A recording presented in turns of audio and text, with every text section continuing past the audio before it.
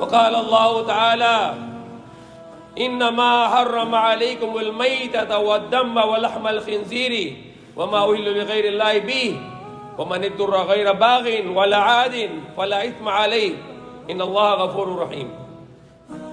Allah subhanahu wa ta'ala mentioned in the Quran, in Surah Baqarah, in Surah An-Nahl, and there is one more surah Allah mentioned the same thing about the 4 things which Allah make haram, or in English, forbidden or prohibited. Allah subhanahu wa ta'ala said, Innama harama alaykumul mayta. Surely prohibited for you the dead animal. What is the meaning to say the mayta? The dead animal. If the animal is halal, like chicken, goat, sheep, cow, carabao, you can eat, but you need to make halal. You cannot eat if it is dead already. You have to slaughter from the neck to bleed out all the blood, and you must slaughter in the name of Allah. Bismillah. You are Muslim, you should know, I will eat only the meat which is halal. I can go buy bread, I can go buy the nuts, I can buy the fruits in the supermarket, I can buy the milk, I can buy yogurt. In the Philippines, it's very common, the people don't mind about halal. If you go to Singapore, the Muslim in Singapore, only 16% Muslim. But in the Singapore, more than 90% restaurants are halal.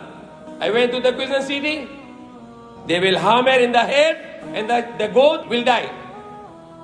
So in Islam, if you want to make halal, the number 1 is slaughtered, sacrifice, slaughter from the neck.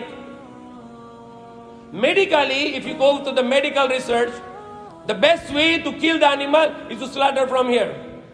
When you slaughter from here, the veins are cut, the blood will come out, the windpipe is cut, the animal can breathe out, not too much pain to the animal.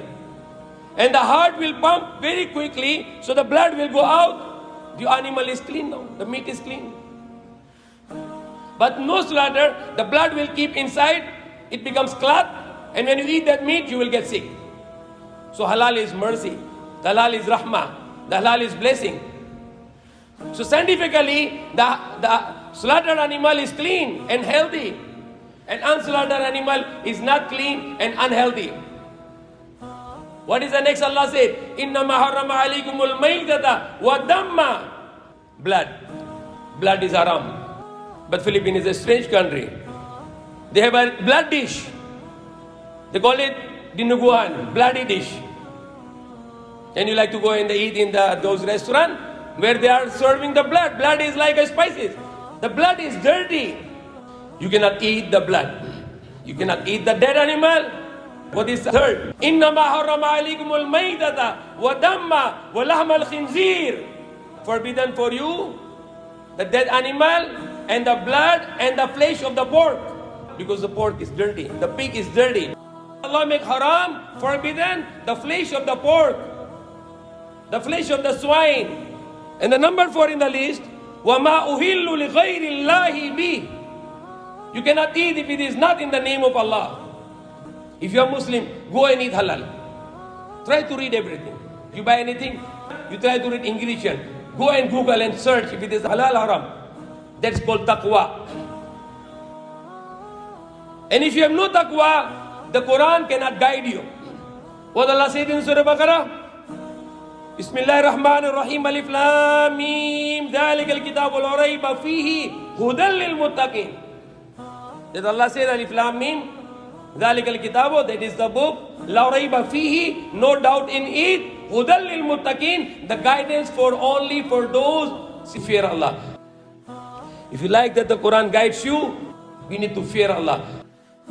Corruption or cheating or lying or riba, you buy halal meat, it's still haram. You need money, you go to your brother, you give him the check, you give him the check 100,000, he will give you 90,000. Check discounting, haram, riba. If you get 1 dirham of the riba, 1 dirham or 1 peso or $1, 1 rupees, it is equivalent to 36 times of zina. Ginawa mo ng zina, adultery, fornication, illegal sexual intercourse for 36 times for 1 dirham of riba, the interest. If you need money, you don't pray to Allah. You go and you get the money from the pawn shop. You get the money from the bank. Haram. You go and money get from the 5-6. Haram. You pray to Allah. Allah, I need money. Help me. Allah is powerful. Your iman is not good. Your iman is weak. But Allah is strong. You have a problem? Pray to Allah. Cry to Allah. Allah, I need this.